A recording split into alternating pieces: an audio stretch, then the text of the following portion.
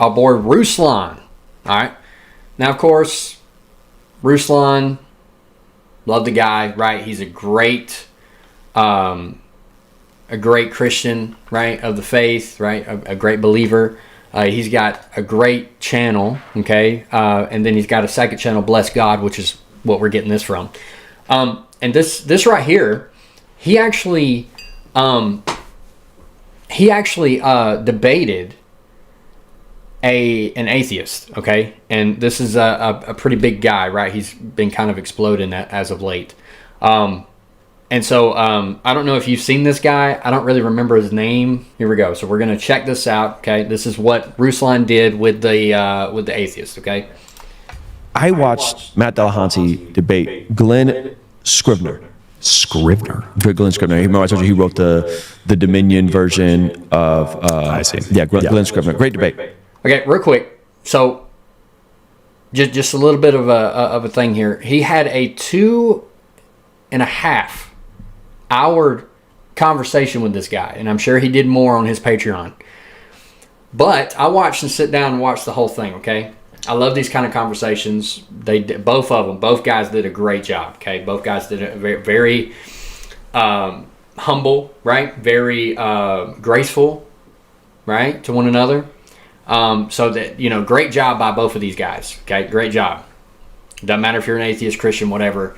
If you're gonna show, graciousness to other people and not just, spout off a bunch of, crap, then you're good in my book. So, now this right here is just a little snippet, okay, that Ruslan put out. And this guy is a nihilist, okay, and so he actually gets them to pick. Now, a little bit of the thing that they're talking about is that Matt Dillahunty, okay, one of the worst atheist debaters I believe I've ever seen. He has no clue what he's talking about, okay, and I'll do a few of those responses sometime. I don't know when, but he's just absolutely terrible, okay, absolutely terrible, and he's not very gracious at all. So that's why I can say that. But there's no debating that guy. But anyway. So him and I believe he's a Christian, got on there. I'm pretty sure he is, and they talked about a few things. So that's what Ruslan is talking about. So if you want to go check that out, go check it out. Just type up Matt Dillahunty debates. Sure, you can find it. I think it was pretty recent. And man, I watched that and I was like, really, I'm sitting down with Jared. I really want to understand secular humanism. Yeah. I really want to understand nihilism. And bro, I think it requires way more squinting than what is intrinsically someone's deposited into this world. Remove the Bible. Was I created, or did I have to create these arguments for this level of chemistry and biology where these elements kind of started sparking and creating, like on an intrinsic level? Creator, no creator. Designer, no designer. I think like on a very intrinsic level, people go creator, designer. I'm here for the purpose. And anyway, I could walk you through the fine tuning, the intrinsic aspect of why I created. I could walk you through like, man, the story of Jesus is the opposite of everything we know about how humans behave. Yeah. And not just that. I mean, what did we just read? We just read Romans, okay, where Paul literally says that all men know God. All humanity know God, okay, because he has been clearly perceived throughout everything, okay? If you just look into the sky or look at go to the beach and look at the ocean and be like, there had to be a creator behind all this. And that's the, all the arguments behind theism and all that stuff. So I just wanted to point that out, but let's see what else you got to say. Yeah, might is right. Yet you got the most powerful being dying for the least powerful, right? And then he says that example, right? So it's like the what do you do with the mystery of the disciples being convinced? I think it requires way less squinting, right, than atheistic nihilism. Amen. I would say that nihilism is one of the simplest philosophies and ideologies. Mm-hmm. It is so stupid simple. Mm-hmm. It's just really, really difficult emotionally. Mm-hmm. I could tell. Yeah. I could tell. So do you think nihilism serves you well? No. Okay. No, but I try not to base my worldview on what is emotionally advantageous. I try to base it on what's true. Okay, that's fair. That's very fair. But here's the thing. You said earlier in this debate, and again, y'all can go check out this full conversation. It's great. But you said earlier in the conversation that we're not going to get into right here. But you said that you were tired of squinting at Christianity. So you said that it takes so much more squinting to see the God of the Bible. Okay? And Ruslan literally just said, he pointed that out, that nihilism actually takes more squinting. It takes more belief. It takes more faith, right? It takes more... basically, if you look at nihilism, you basically have it's atheist, right? It's atheism. What you got is like, okay, it's the lack of anything else. So you're just kind of being like, okay, which one works for me, right? And this guy was a Christian before. And he said that he was tired of squinting. But which one takes more squinting? And if nihilism, which I believe I'm on the same page as Ruslan, I think it does take more squinting. Because you literally have to... The whole point of squinting is that you really got to focus in, hone in on it. It's basically like, okay, how do you get a horse to stay straight? You put blinders on each side like this, and you just, so they're not focused on anything else but straight. That's the idea of squinting, okay? And so, in order to see nihilism, atheism, anything in that realm, you really have to put your blinders on and be like, I have to ignore everything else in order to come to this conclusion. But then he said, I was tired of squinting for Christianity. I don't understand. What was the problem? He was like, well, it just wasn't real for me. Or I was. So I don't know if he was a real Christian or not. I don't know that. I can't tell. But I believe that if you're really searching for truth, you have to get to the one that works the most. Okay? And obviously that's what that is. But how can you just sit there and squint with blinders on and say, okay, this right here, I have to really focus on to get to the conclusion. And it's so hard to articulate.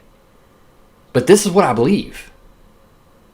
I just think there's a lot deeper hurt or something else that had to drive him away from Christianity. He didn't get what he wanted, or he thought he was going to get something or receive something from God, and he didn't receive it. And we're actually going to get into that with young Don in just a minute. But it's basically the same thing, right? Like, he was a Christian, something happened, his deconversion, and he goes through that in this 2.5 hour conversation. Okay, so let's see, let's continue. But I do 100% agree with Ruslan. I do think that nihilism takes so much more squinting than Christianity. Okay. So do you think nihilism is harmful? For some people, right? Case in point would be the Columbine killers. Mm-hmm. For other people, I talked to my buddy the other day, and we were shooting the breeze about nihilism, and he was like, you mean everything's going to be forgotten? Thank God, man, because woof, my middle school days, so glad that that's just going to be someday totally forgotten, out of everyone's mind. There's going to be a final rest. That to him is really appealing. The final rest would be appealing. Yeah. Huh. I mean, interesting. I've talked to some people who, have just said straight up, like, well, what about heaven? I asked them, like, what about heaven? What about an eternal resurrection? What about living on earth, with Christ in perpetuity? And they're like, I don't want to live forever. Why Why would I want that? I think living forever in a new heaven, new earth, new body. with That's what I'm Jesus, saying. That sounds fire. I think it sounds great. Yeah. For these people, they say, I don't want that. I just want to be able to turn it off someday. I want to be able to shut off the TV and have some peace and quiet. So, I am reacting the same way that Ruslan is, because I think this is absurd. I don't think he thinks this way. I think he legit does think it might be better. But here's the thing. If you're so depressed with your life, it has zero meaning, right? Your worldview, not talking about this guy. We're talking about the other nihilist, okay? The other atheist. If your worldview is really messing with you so bad to where you're like, look, I don't want eternal happiness. Like eternal happiness. Zero suffering. Okay? You're going to be with Christ, the God of all glory, that died for you and loves you so much. You don't want nothing to do with that. Because your life right now is so blind. It's blinded you so much. And the truth is right in front of you. But you keep on pressing against it, saying, no, I don't want you, God. No, I don't want you, God. But I'm so incredibly depressed. But when you're a Christian, you're not incredibly depressed because you have that eternal promise. So again, which one, like what Ruslan said, which one is more dangerous? Which one is worse?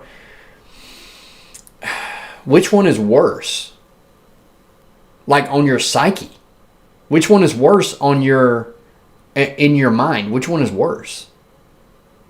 And obviously I think nihilism is worse because of just the way that people say, just the way that people think. It's upsetting. For a Christian, it's upsetting. We're like, look, it's right here, guys. It's right here in front of you. Choose life. It's not going to be like your life here. I don't know. Anyway, suffering means nothing. You don't have anything to look forward to with nihilism or atheism. You have nothing to look forward to. Us as Christians do, and that's our hope. Put an end to the story. Put a stamp on it. Okay. So I think for some people, it's totally fine. Okay. I think for other people, I think it's not great. Generally. Generally. If the world was all nihilist. I wouldn't want that. Why? Because then you're talking about statistics, right? And statistically, 1% of people are going to be psychopathic. Mm-hmm. But why would they be psychopathic? Why? Because nihilism don't give you an answer. It gives you nothing. It gives you absolutely nothing. You think you're in a simulation. Nothing is real. How do you know that anything is real? Why do you want to live like that? I mean, he sounds like somebody that's going against nihilism. To be a nihilist? You're like, no, I want everybody to be Christian. I do. I want everyone to be a Christian because I believe that is a net positive for everything, and it has been since the founding, since the beginning of Christianity. The world has been enlightened. The world has been going up. Okay? In really every aspect. And then whenever the Puritans come over here, founded the country, the United States, and then the new atheists show up several hundred years later, a few hundred years later, like a couple of hundred years later, and they start ruining everything.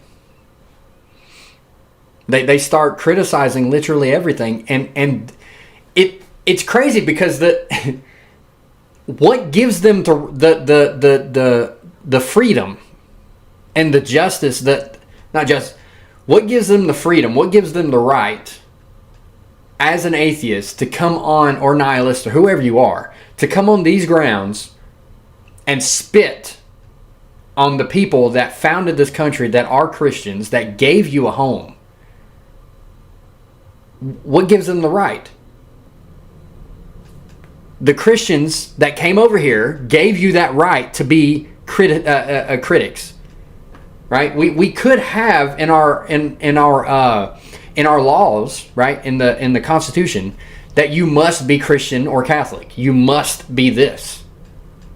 But the whole point was to get away from that, from Rome. That was the whole point, to get out of the British colonies, to come over here and be free. And now you have a bunch of new atheists coming around and being like, well, I spit on that idea. Well, what gives you the right to spit on it? We did. We gave you that right as Christians. We gave you that right. We gave you this place, because I'm telling you, you go over to another land. Okay, you go over to a predominant, right? I guess Islamic. Okay, you go over to an Islamic place, predominantly Islam, and you start spitting on their stuff, they will murder you. Straight up, they're going to murder you. So the whole idea of anybody having a say over anything, any kind of criticism, anything like that against Christianity, it was the Christians who gave you that right.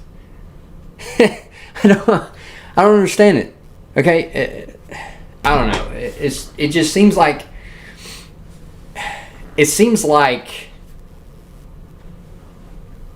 I don't know. It just seems kind of dumb, honestly. Okay, that people would want to spit on the hand that feeds them. I don't get it. Anyway, so look, we only made it three and a half minutes. Not really going to hone in too much on this. I'm going a little while, but I do want to. I don't know. I think this is. I don't really have nothing else to say about this. This is crazy. But if you enjoyed this video and you want more content just like this, go ahead and click this video right here, and hopefully it blesses you. God bless.